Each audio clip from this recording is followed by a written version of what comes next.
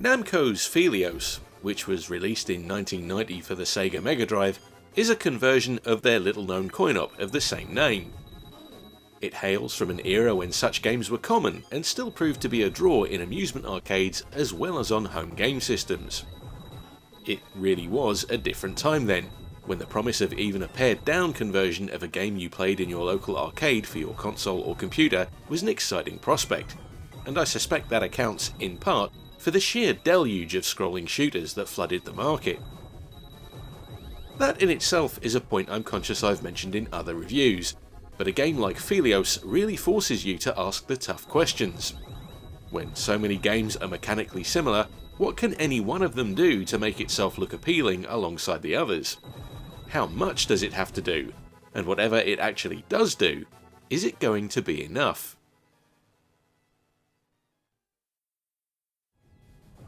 Right out of the gate, Phelios earns some respect for daring to do things a bit differently to other arcade-style shooters, even if, in this case, it's mostly down to the way it presents itself. There are 1,000,000,001 games like this that follow the rote formula of putting the player in control of a spaceship and sending them off to do battle with an alien armada. But Namco clearly knew this formula was in danger of being overused, and rather than retread ground they'd already capably covered themselves, they decided to craft a game that takes its cues from Greek mythology. As a result, Phelios casts you as Apollo, sat astride the winged steed Pegasus, as you set off on a quest to rescue Artemis from the clutches of Typhon, which is all the excuse Namco needs to pepper their game with some nice anime-style cutscenes between stages to spur you on.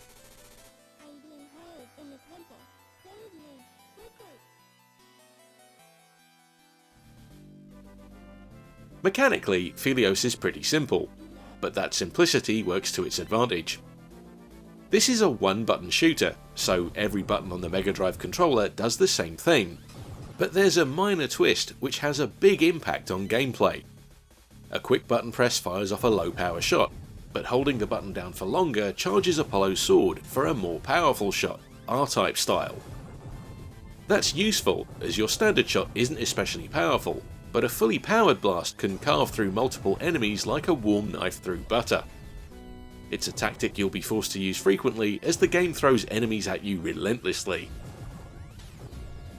The gameplay here differs some way from most vertically scrolling shooters in that you can take a few hits before you lose a life, and there are no smart bombs to wipe the screen clear of swarming foes. It's not without a brace of power-up items though, which include pickups that increase Pegasus' speed and manoeuvrability, homing shots, and more powerful beam shots, the effect of which only lasts for a limited time. With no knowledge of the Phelios coin-op before playing this Megadrive port, I had no idea what to expect of it or how accurate it might be, and if I'm honest, my first impressions were underwhelming.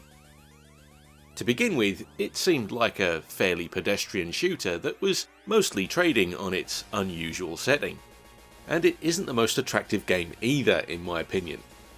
It's nice and colourful, but there's a blockiness and a general lack of detail in the graphics that I initially found disappointing, just because I know the console can do so much more. Given how sedately the game begins its first stage, I was actually expecting it to be pretty mediocre. But then it started to do interesting things, like scrolling in different directions to create a more expansive play area, increasing the pace of play every now and then, or throwing enemies at me from unexpected angles, and before I knew it, I was having fun. There's a lesson here. This kind of game doesn't need to do anything over the top to be enjoyable. It just needs to have a certain kind of energy about it that makes it fun to play. Personally, all I really need from a shooter is for it to provide a decent challenge and keep me on my toes, and Phelios certainly does that. It's not the kind of up-the-screen jaunt that you can sail through just by keeping the fire button depressed and weaving back and forth. Instead, the game throws enemies at you in such a way that you'll have to think about how and when to use your powered shot, making sure you take out groups of enemies in one go so that you don't find yourself scrambling to make it past them. Sometimes even that isn't enough, and you'll have to fly by the seat of your mythical pants just to outmaneuver them. Phelios also throws the gauntlet down for players if they want to finish it properly. There are 2 difficulty settings, with a third unlocked after completing the game on the harder one, but playing on the easier setting means the game ends prematurely after stage 4, meaning you won't get to see the remaining 3 stages or the game's full ending. So if such things are important to you, you're going to have to knuckle down and put some serious effort in. I know that some folks might not appreciate this, because the game's difficulty feels quite steep at times, and clearing it even on the easy difficulty setting feels like a real challenge.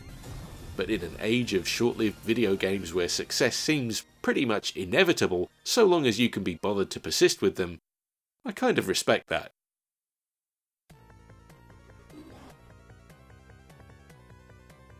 Given how saturated with arcade shooters the Megadrive software library is, Phelios would be all too easy to overlook.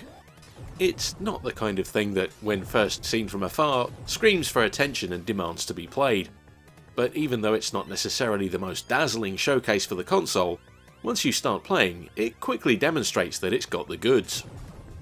It's comparatively simple as shooters go, and its mythological trappings are the sort of thing that will either hold a special appeal for players, or they won't. But ultimately, what makes Phelios worth playing is that it's neatly designed and it's no pushover. This is a tough game that requires skill and effort to play, and there's a real challenge here for you to sink your teeth into. Would I necessarily recommend it over other vertically scrolling shooters on the Megadrive though? Well, that's a tough call. It's not in the same league as the likes of Truxton or the sublime Musha Aleste, that's for sure, but it's perfectly enjoyable in its own right, and makes for a nice alternative.